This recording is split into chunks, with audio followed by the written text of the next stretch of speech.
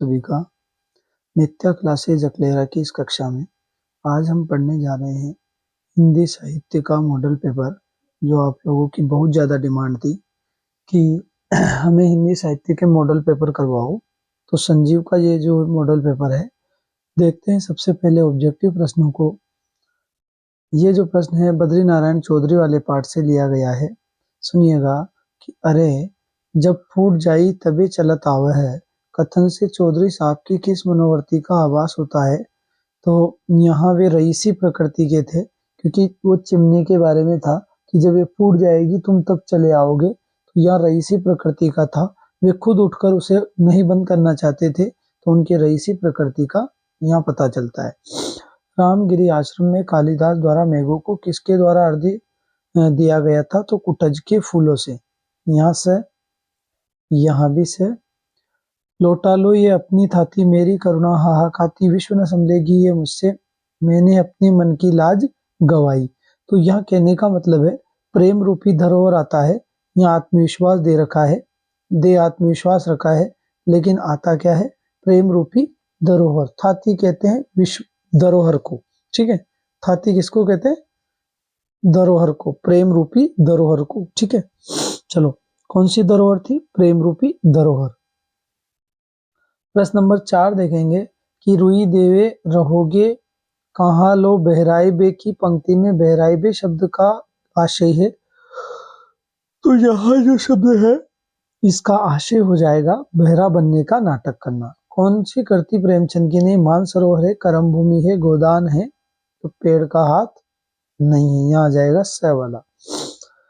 बिस्कोहर की माटी पाठ की विषय वस्तु किस पर केंद्रित है, तो यहाँ ग्रामीण जीवन शैली पर, लोक कथाओं पर, लोक मान्यताओं पर, उपयुक्त सभी पर। इसके बाद आगे बढ़ेंगे। लेखक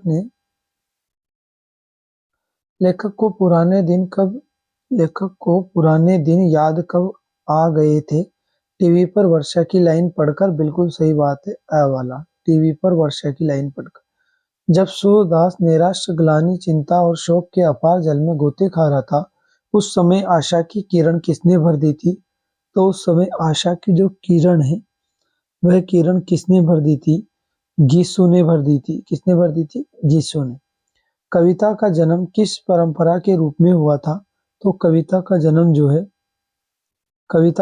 जो है वाचिक परंपरा के रूप में हुआ था। समाचार लेखन की श्रेष्ठ शैली कौन सी है, तो आप भी अच्छी तरह जानते हैं। समाचार लेखन की श्रेष्ठ शैली की यदि बात करें तो उल्टा पिरामिड शैली है। कौन सी शैली है, उल्टा पिरामिड। संवाददाताओं की रुचि और ज्ञान को ध्यान में रखकर उनके काम के विभाजन को क्या कहते हैं, ये तो सबको पता होना चाहिए, उसे बीट कहते हैं। क्या कहते हैं उसे, बीट। नाटक किस काल में लिखा जाता है, हमेशा वर्तमान काल में लिखा जाता है, ठीक है, वर्तमान काल में लिखा जाता है। इसके बाद आगे बढ़ेंगे। छोटे प्रश्न ऑब्जेक्ट, इसके रिक्त स्थान वाले प्रश्न देखेंगे, आप लोग ध्यान से सुनिएगा। ओज गुण में वर्णों की प्रधानता होती है, तो देख तो एक तो कौन से वर्ण आते हैं, द्वित्व वर्ण आते हैं, द्वित्व। एक आते हैं संयुक्त व्यंजन, और एक यदि बात करें तो परुष वर्ण आते हैं। परुष का मतलब होता है कठोर वर्ण। जहां वाक्य में शब्द प्रयोग के अंतर्गत क्रमहीनता हो, अगर क्रमहीनता हो तो स्पष्ट वहां जो है अक्रमत्व दोष आ जाता है। अगर क्रमहीनता हो तो अक्रमत्व दोष आ जाएगा। छंद के किसी चरण में उसको पढ़ते समय जहाँ विराम की आवश्यकता होती है तो उसे क्या कहते हैं, जहाँ विराम होता है यति कहते हैं। 56 पदों से मिलकर बनता है, कितने पदों से, 6 पदों से। आगे बढ़ेंगे। जब कविता, प्रश्न 5वां देखो, जब कविता में उपमेय का उपमान से उत्कर्ष दिखाया जाता है तो वहां कौन सा अलंकार होता है। उत्कर्ष जहां दिखाया जाता है उपमेय से उपमान का, तो यहाँ हो जाएगा व्यतिरेक अलंकार। आनंद रहित रस, सकल रस भोगी, यहाँ बिना कारण के कार्य हो रहा है, तो यहाँ कौन सा अलंकार है, विभावना। कि बिनु पग चले सुने बिनु काना, बिनु कर कर्म करे विधि नाना, आनंद रहित सकल रस भोगी, बिनु वाणी वक्ता बड़ जोगी, तो यह विभावना अलंकार है। इसके बाद आगे बढ़ेंगे, हम लेंगे गद्यांश, सुनिएगा। कि भारत की एक मूल शक्ति या सामर्थ्य उसकी प्राकृतिक साधन रूपी बुनियाद है। यद्यपि भारत के पास सब मूल्यवान धातुओं और कच्ची धातुओं का एक सी गुणवत्ता वाला भंडार नहीं है, तो भी से उनमें से धातुएं और कच्ची धातुएं पर्याप्त मात्रा में उपलब्ध है। जैसे जैसे हम अपने भू साधनों का अधिकाधिक उपयोग करना आरंभ करेंगे, वैसे वैसे वे भविष्य के लिए हमारी शक्तियां बन जाएंगे। अपने समुद्रों के तल में छिपे साधनों की खोज अभी होनी शेष है। इन सबके अतिरिक्त हमारे पास जीवित साधनों का भी हम आधार हैं। हमारा जैव वैविध्य बहुत समृद्ध है और प्रचुर धूप, वैविध्यपूर्ण कृषि योग्य जलवायु, एक संपूर्ण विश्व जिसमें ध्रुव देश जैसी ठंड, उष्णकटिबंधीय मंडल की हरियाली, रेगिस्तानी इलाका और काफी वर्षा सभी कुछ है। हालांकि हम उसका पूरा उपयोग नहीं करते। इसके लिए एक उदाहरण पर्याप्त होगा। सारे भारत में होने वाली वार्षिक वर्षा की मात्रा को यदि बराबर सारे देश में छितरा दिया जाए तो पानी 1 मीटर की गहराई तक दिखाई देगा। काश हम इस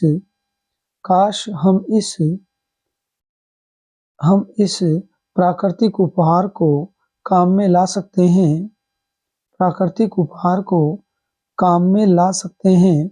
भारत की प्रौद्योगिकीय परिकल्पना उसके प्राकृतिक साधन, उसके मानव साधन संसाधन और राष्ट्र की मूल सामर्थ्य के आधार पर ही प्रतिष्ठित है। अब यहाँ प्रश्नों की यदि हम बात करें तो ध्यान से समझिएगा। पहला प्रश्न है, भारत का जैव वैविध्य कैसा बताया गया है? भारत का जैव वैविध्य कैसा बताया गया है? तो प्रकृति की देन बताया गया है। इसकी देन है भाई, प्रकृति की देन। भारत की मूल शक्ति क्या है? इतना सीधा प्रश्न है। भारत की मूल शक्ति की बात करें तो खनिज पदार्थ है। हमने अभी थोड़ी देर पहले गद्यांश में पढ़ा था। भारत की औद्योगिक परिकल्पना का आधार क्या है?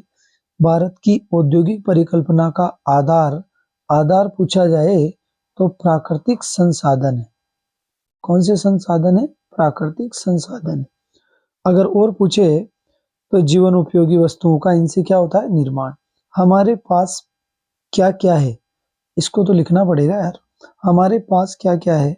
तो जीव जंतु है, विभिन्न जीव है, ठीक है, विभिन्न प्रकार के जीव हैं। और क्या है? अच्छी जलवायु है, अच्छे प्रकार की जलवायु है। और क्या है? वन प्रदेश है। और क्या है? अगर और बात करें तो खनिज पदार्थ हैं, खनिज पदार्थ हैं। इस प्रकार की चीजें हमारे पास है। भारत में होने वाली वार्षिक वर्षा को संपूर्ण देश में फैलाने पर क्या परिणाम होंगे? संपूर्ण देश में फैलाने पर क्या परिणाम होंगे? तो 1 मीटर की गहराई तक दिखाई देगा। क्या दिखाई देगा? पानी। तो पानी 1 मीटर की गहराई तक, पानी 1 मीटर की गहराई तक दिखाई देगा। पानी 1 मीटर की गहराई तक दिखाई देगा। प्रस्तुत गद्यांश का समुचित शीर्षक दीजिए। अगर समुचित शीर्षक की बात करें तो यहाँ समुचित शीर्षक हो जाएगा, जैव वैविध्य बहुत ही समृद्ध बताया गया है। या तो ये लिख सकते हैं या जीव जंतुओं की बहुलता लिख सकते हैं। जीव जंतुओं की बहुलता लिख सकते हैं। ठीक है, चलो इसके बाद पद्यांश देखते हैं। पद्यांश पढ़कर आपको आंसर देने हैं। तो यहाँ पद्यांश में आपको पढ़ा रहा हूं कि ये अवसर है स्वर्णिम सुयुग है, खोना इसे नादानी में, रंग रैलियों में, छेड़छाड़ में, मस्ती में, मनमानी में, तरुण विश्व की भागडोर ले तू अपने कठोर कर में, स्थापित कर रे मानवता बर्बर नृशंस के उर में, दम्भी को कर ध्वस्त धरा पर अस्त त्रस्त पाखंडों को करुणा शांति स्नेह सुख भर दे। आगे बढ़ेंगे। बाहर में अपने घर में यौवन की ज्वाला वाले दे अभय दान पद दलितों को, तेरे चरण शरण में आहत जग आश्वासन श्वास गहे। अब यहाँ जो है प्रश्नों के आंसर हम देंगे। तो सबसे पहले प्रश्न की हम बात करने जा रहे हैं। पहला प्रश्न कौन सा है, सुनिएगा। पहला प्रश्न है कि यह अवसर है स्वर्णिम सुयुग है, कवि ने किस अवसर को स्वर्णिम सुयुग कहा है? कवि ने किस अवसर को स्वर्णिम सुयुग कहा है? तो यहाँ यदि हम बात करें तो कौन से अवसर को, तो यहाँ ले लेंगे, कौन सा है प्रश्न नंबर, हाँ, तो यहाँ ले लेंगे युवा शक्ति को सदुपयोग का मौका मिलना। कौन सी शक्ति को, कौन सी शक्ति को? युवा शक्ति को, युवा शक्ति को अपने सदुपयोग, अपने सदुपयोग का मौका मिलना।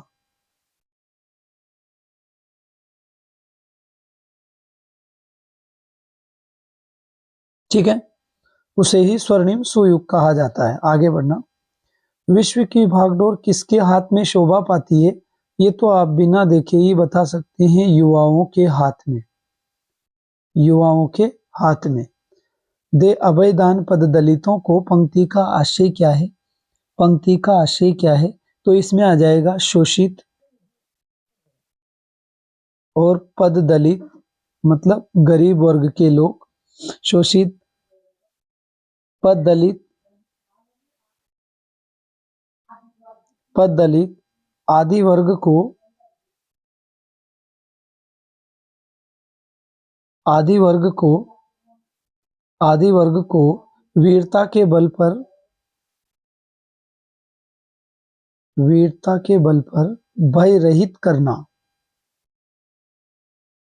भय रहित करना। ठीक है, इसके बाद प्रश्न नंबर 4 देखेंगे। कवि ने किसके हृदय में मानवता स्थापित करने को कहा है? मतलब कवि कह रहा है, कवि ने कौन से लोगों के हृदय में, किन लोगों के हृदय में? तो ब्रबर नृशंस व्यक्तियों के हृदय में, दुष्ट लोगों के, ठीक है, अत्याचारी लोगों के, बर्बर नृशंस, बर्बर नृशंस लोगों के हृदय में, लोगों के हृदय में, बर्बर नृशंस लोगों के हृदय में कवि ने किसको धरा पर ध्वस्त करने को कहा और किससे कहा? तो यहाँ दम्भी व्यक्तियों को, इसको दम्भी व्यक्तियों को, अस्त त्रस्त या फिर ध्वस्त लिख देना, दम्भी व्यक्तियों को और दम्भी व्यक्तियों को ध्वस्त करने के बारे में कहा है। दम्भी व्यक्तियों को ध्वस्त करने के बारे में कहा है, करने के बारे में कहा है। ठीक है, प्रस्तुत गद्यांश का उचित शीर्षक, इससे बढ़िया तो कोई शीर्षक हो ही नहीं सकता है युवा से, तो नवयुवक आप लिख देंगे, सबसे बेस्ट शीर्षक है। इसके बाद या नवयुवक भी लिख सकते हैं, युवा भी लिख सकते हैं, कोई दो राय की बात नहीं है। अब प्रश्न आता है कि चार हाथ लघु कहानी शोषण पर आधारित, शोषण पर आधारित व्यवस्था का पर्दाफाश करती है। तो देखिए,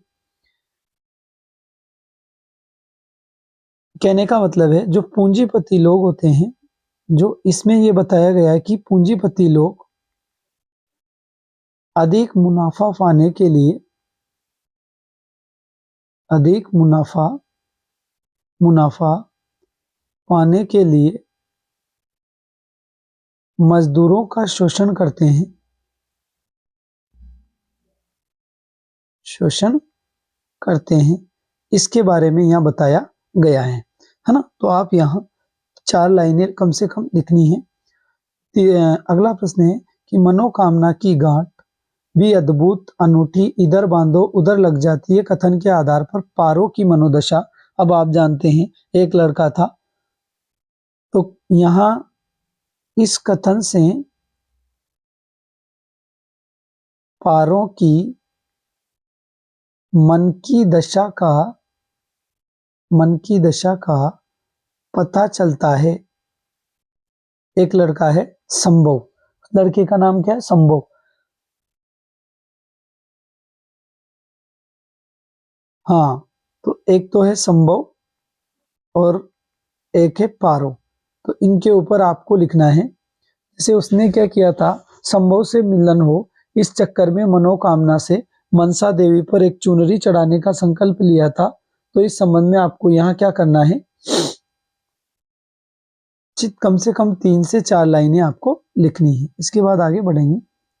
मैं जानहु निज नाथ स्वभाव, यहाँ भरत का वर्णन है कि भरत कहते हैं कि मैं भगवान राम की विशेषताओं को और भगवान राम के स्वभाव को अच्छी तरह जानता हूँ। यहाँ भरत जो है, कौन, भरत जी प्रभु राम की महानता का गुणगान करते हैं। वे कहते हैं कि भगवान राम अपराधी को भी माफ कर देते हैं, अपराधी पर भी दया दिखाते हैं। प्रभु राम अपराधी पर भी दिखाते हैं और भगवान राम शरणागत वत्सल हैं। और भगवान राम कभी कभी तो मुझे खेल में मेरे हारने पर भी मुझे जिता देते हैं। तो इस प्रकार जो है भरत प्रभु राम की विशेषताओं के बारे में यहाँ बता रहे हैं। प्रश्न नंबर 8 देखें कि मैं स्वीकार करूं मैंने पहली बार जाना हिमालय किधर है। तो यहाँ कवि ने एक पतंग उड़ाते बच्चे से जो है हिमालय की दिशा पूछी थी। हिमालय दिशा पूछी एक पतंग उड़ाते बच्चे से। तो बच्चा कहता है कि जिधर मेरी पतंग उड़ रही है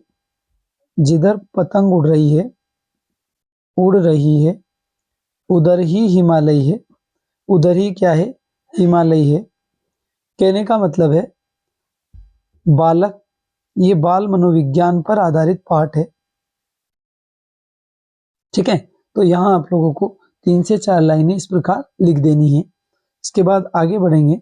किस घटना के कारण सूरदास की बदनामी होती है, कौन सी घटना के कारण, और सूरदास की झोपड़ी अध्याय के आधार पर संक्षेप में लिखिए। तो देखो, बेरो की पत्नी सुबागी, देखो सबसे सीधी बात है कि ये तो बेरो और बेरो की पत्नी और उसका नाम क्या था, सुबागी। भागी किसकी झोपड़ी में आ गई, सूरदास की झोपड़ी में। काय से बचने के लिए, मार से बचने के लिए। बस यही बदनामी का प्रमुख कारण था। ठीक है, झोपड़ी में घुस जाती है और सूरदास उसे मारने नहीं देता है, बचा लेता है। बस यही घटना जो है बदनामी का कारण बनती है। हाँ, तो इसके ऊपर आपको 3 से 4 लाइनें लिखनी है। लेखक विश्वनाथ ने किन आधारों पर अपनी माँ की तुलना बतख से की है। लेखक विश्वनाथ देखता है कि जब बतख अंडे देती है तो वह पानी से सुरक्षित स्थान पर आ जाती है और अपने बच्चों को पूर्ण वात्सल्य प्रदान करती है। जमीन पर आ जाती है, अपने बच्चों को पूर्ण वात्सल्य प्रदान कर लेती है। इसी प्रकार बतख की तरह ही हमारी माँ जो है हमसे प्रेम करती है, उसी प्रकार हमारा बहुत ध्यान रखती है। चलो, इसके बाद है समासोक्ति अलंकार का लक्षण। अब कहते हैं भाई साहब, सबसे सिंपल यही है, कार्य लिंग व विशेषण की समानता के आधार पर प्रस्तुत कथन में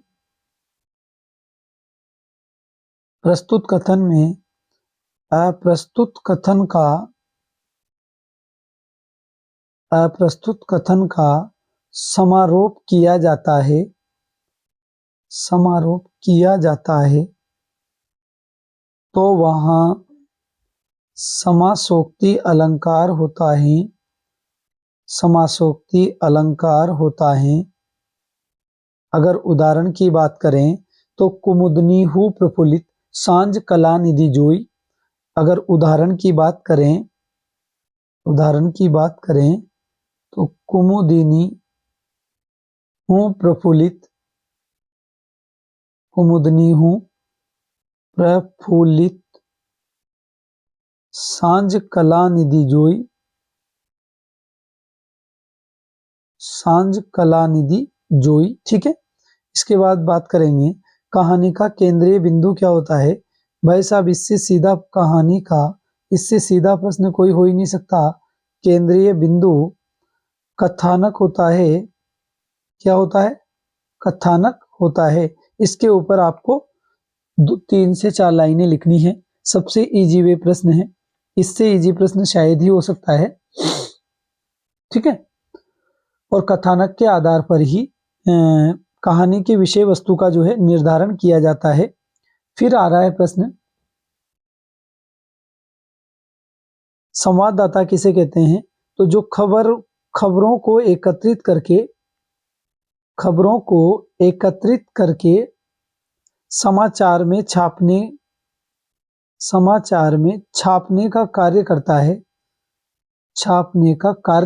है, उसे आप लोग क्या कहते हैं? संवाददाता के नाम से जानते हैं। अब बात करेंगे विशेष लेखन के क्षेत्रों में किन्हीं 4 के नाम बताइए। इससे मैं कह रहा हूँ इतना सीधा प्रश्न पूछा गया है। जैसे अगर पहली बात करें तो व्यापार ले लो, दूसरी बात करें तो खेल ले लो, तीसरी बात करें तो विज्ञान को ले लो, क्षेत्र चुनने हैं आपको। चौथी बात करें तो कृषि ले लो, पांचवी करें तो विशेष घटना ले लो। इसमें कोई दिक्कत तो है ही नहीं। ठीक है, 4 ही पूछा था, मैंने 5 बता दिए। चलो, जयशंकर प्रसाद का साहित्यिक परिचय। अब जयशंकर प्रसाद का साहित्यिक परिचय मैंने चैनल पर अपलोड कर दिया है, अपने यूट्यूब चैनल पर, अपने यूट्यूब चैनल पर, यूट्यूब चैनल पर अपलोड कर दिया है। आपके पेपर की वजह से किया है। और परिचय आपको लाइनों में ही लिखना है। परिचय किसमें लिखना है? लाइनों में। ज्यादा नहीं लिखना है, ज्यादा से ज्यादा 4 लाइन। फोकट कचरा नहीं भरना है, क्योंकि मात्र 2 नंबर का है हिंदी साहित्य में। ठीक है, मैंने पूरा तरीके से आपको बता दिया है। चलो, इसके बाद आगे बढ़ेंगे। रामचंद्र शुक्ल का साहित्यिक परिचय। तो इसमें भी आपको आचार्य रामचंद्र शुक्ल जो है उनके ऊपर जो है साहित्यिक परिचय लिखना है।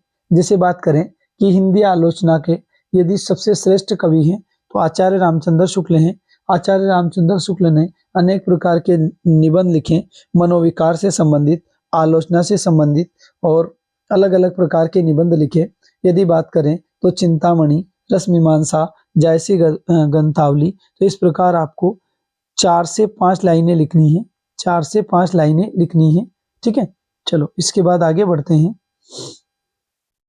यार अब थोड़े बड़े प्रश्न हैं, मैं थोड़ा थोड़ा समझा दूंगा इनको। अब आप भी जानते हैं कि बड़े प्रश्नों को ज्यादा समझाने लग जाएंगे तो फिर समय बचेगा नहीं, ऐसे तो आपका समय सारा खराब हो जाएगा। चलो, एक एक प्रश्न समझा दूंगा और एक एक आपको आप समझते जाना। देखो, सबसे पहले है कि विरह बाज बनकर शरीर को खा रहा है का भावार्थ बताते हुए पौष महीने की शीत का वर्णन अपने शब्दों में कीजिए। मैं इसका पूरा रिवीजन करवा चुका हूँ। पूरा क्या करवा चुका हूँ? रिवीजन। और इसका भी पूरा रिवीजन करवा चुका हूँ। मैंने अपने चैनल पर सारे रिवीजन डाल रखे हैं, पर फिर भी आप लोगों को हल्का सा समझा देता हूँ कि जायसी कृत 12 मासा में वर्णित रानी नागमती अपने वियोग में रात दिन संतप्त है, दुखी है, और उसके शरीर जो है सर्दी के महीने में, पौष का महीना अत्यंत ठंड वाला माना जाता है, जो कम कमाने लग जाता है। तो नागमती कहते हैं कि विरह रूपी बात जो है उसके शरीर को नोच नोच करके खाता चला जा रहा है। धीरे धीरे उसका शरीर जो है क्षीण होता जा रहा है, विरह के कारण क्षीण होता जा रहा है। तो इस प्रकार आप लिख देना। और यदि और ज्यादा आप समझना चाहें तो मैंने रिवीजन वाली क्लास डाल रखी है, उसको ढंग से देखना। क्योंकि देखिए, आप जब तक रिवीजन वाली कक्षाओं को ढंग से नहीं देखेंगे आपको कैसे समझ में आएगा। क्योंकि टाइम पास करने वाले लोग अलग होते हैं और पढ़ने वाले लोग अलग होते हैं। अब इसके बाद बात करते हैं कि जन्म भर के साथी का चुनाव मिट्टी के ढेलों पर छोड़ना बुद्धिमानी नहीं है। आपको पता होना चाहिए कि ये पाठ मिट्टी के ढेलों वाला है। कौन सा है? मिट्टी के ढेलों वाला।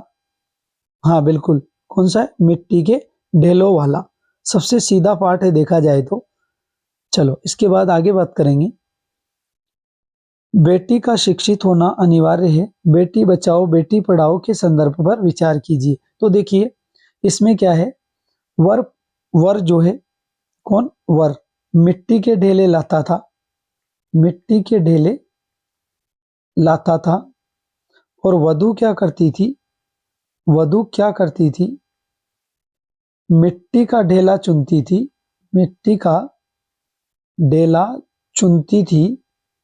अब वो जिस प्रकार का ढेला चुनती थी उसी प्रकार का उसको समझा जाता था। यदि वह वधु खेत का ढेला चुनती थी तो उसे जमींदार, उसके आने वाली संतान को जमींदार समझा जाता था। यदि वह शमशान का ढेला चुनती थी तो उसे समझा जाता था कि ये पूरे परिवार का विनाश कर देगी। और यदि वह वधु जानवरों के जहाँ बांधा जाता है वहां का ढेला चुन लेती थी, मिट्टी चुन लेती थी, तो वह जो है पशुओं का धनी समझा जाता था आने वाली संतान को। इस प्रकार जो है, और यज्ञ वेदी आदि का जो है ढेला चुन लेती थी तो उसे कल्याणकारी माना जाता था, सबसे श्रेष्ठ माना जाता था। जहां कोई वापसी नहीं, इसमें औद्योगिक कारण के बारे में बताया गया है। इसके बाद प्रश्न नंबर 19 है, लेखक को क्यों लगता है कि हम जिसे विकास की औद्योगिक सभ्यता कहते हैं वह उजाड़ की अपसभ्यता है? आप क्या मानते हैं? अब आपको मैं एक बात बता देना चाहता हूं, ये भी औद्योगिक वाला ही है। औद्योगिक मतलब खाओ उजाड़ू जीवन पद्धति वाला। हाँ बिल्कुल वही है, इसमें कोई बड़ा काम नहीं है सर, खाओ उजाड़ू सभ्यता वाला। चलो थोड़ा सा मैं बोल देता हूं। देखो औद्योगिक सभ्यता देखा जाए तो औद्योगिक जो सभ्यता है, विकास न करके विकास न करके उजाड़ की ओर उजाड़ की ओर ले जा रही है, उजाड़ की ओर ले जा रही है। और पाश्चात्य जो संस्कृति है, ठीक है, पाश्चात्य संस्कृति हमें गड्ढे में धकेल रही है, हमें विनाश की ओर ले जा रही है। लेखक ने अमेरिका की खाओ उजाड़ू जीवन पद्धति, संस्कृति और सभ्यता को नष्ट करते हुए कहा है कि यह सभ्यता अपनी धरती को उजाड़ने में लगी हुई है, इससे पर्यावरण का विनाश हो रहा है। तो यहाँ इस प्रकार से आप लोगों को लिखकर आना है। इसके बाद है, नीचे वाले प्रश्न की बात करें तो विश्वनाथ वाला पाठ है, ठीक है, कौन सा पाठ है? विश्वनाथ वाला। अगर इस पे आप लिखना चाहें तो इसमें आप लिख देना कि विश्वनाथ मानते हैं कि समय के आर पार झांकना हो, इतिहास को अच्छी तरह समझना हो तो संगीत, गंध और बच्चे इससे बड़े सहायक होते हैं। विश्वनाथ को बड़ा होने पर याद आया कि बचपन में उसे माँ के पेट की गंध उसके दूध की गंध जैसी लगती थी। बिल्कुल सही बात है।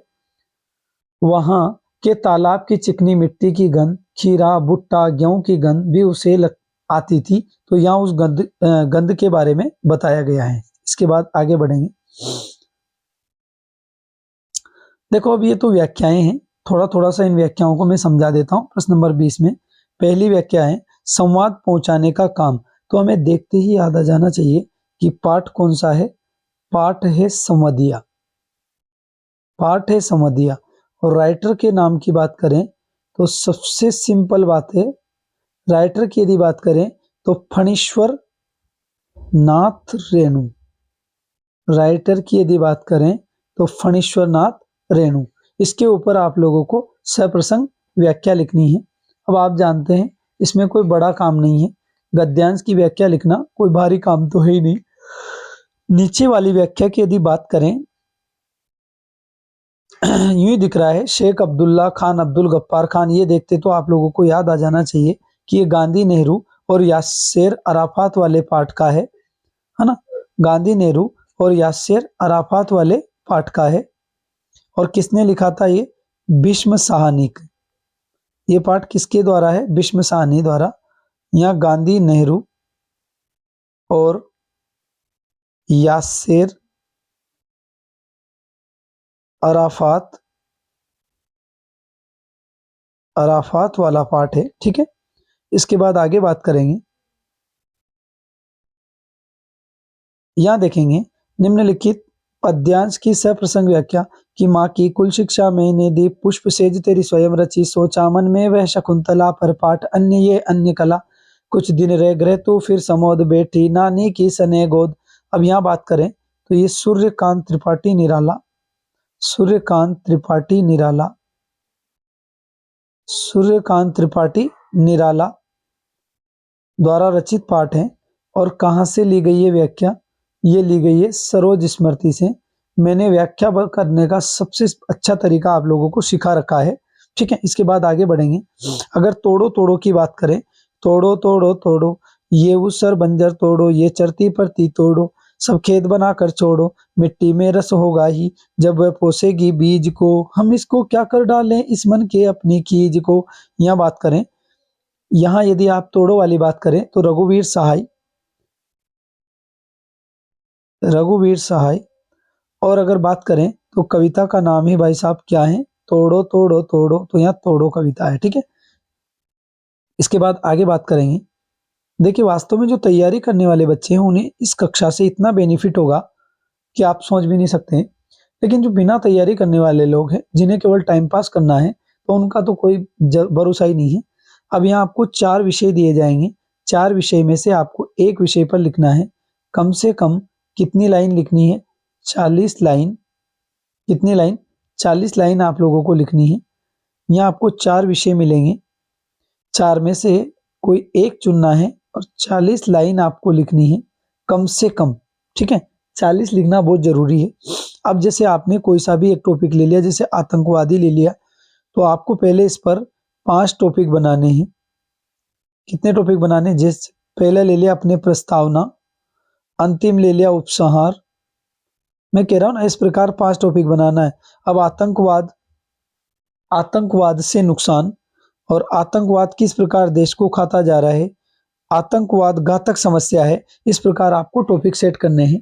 इसमें बड़ा कोई काम नहीं है, ठीक है ना। पर लिखना आपको है। यहाँ 6 नंबर आपको आसानी से नहीं मिल जाएंगे। 6 नंबर लाने के लिए आपको कम से कम 40 लाइनें तो लिखनी होगी। और यदि आप इसमें आलस करेंगे तो फिर इसमें तो आप लोगों की गलती है। साथ साथ मैं आप लोगों को एक चीज करवा रहा हूँ, रोजाना आपकी लाइव क्लास चल रही है 9:10 से 9:10 AM से, जिसमें आप लोगों को पूरे सिलेबस का क्या करवाया जाता है? रिवीजन करवाया जाता है, ठीक है ना। तो धन्यवाद, मिलते हैं अगली कक्षा में। अगली कक्षा देखना ना भूलिएगा। धन्यवाद।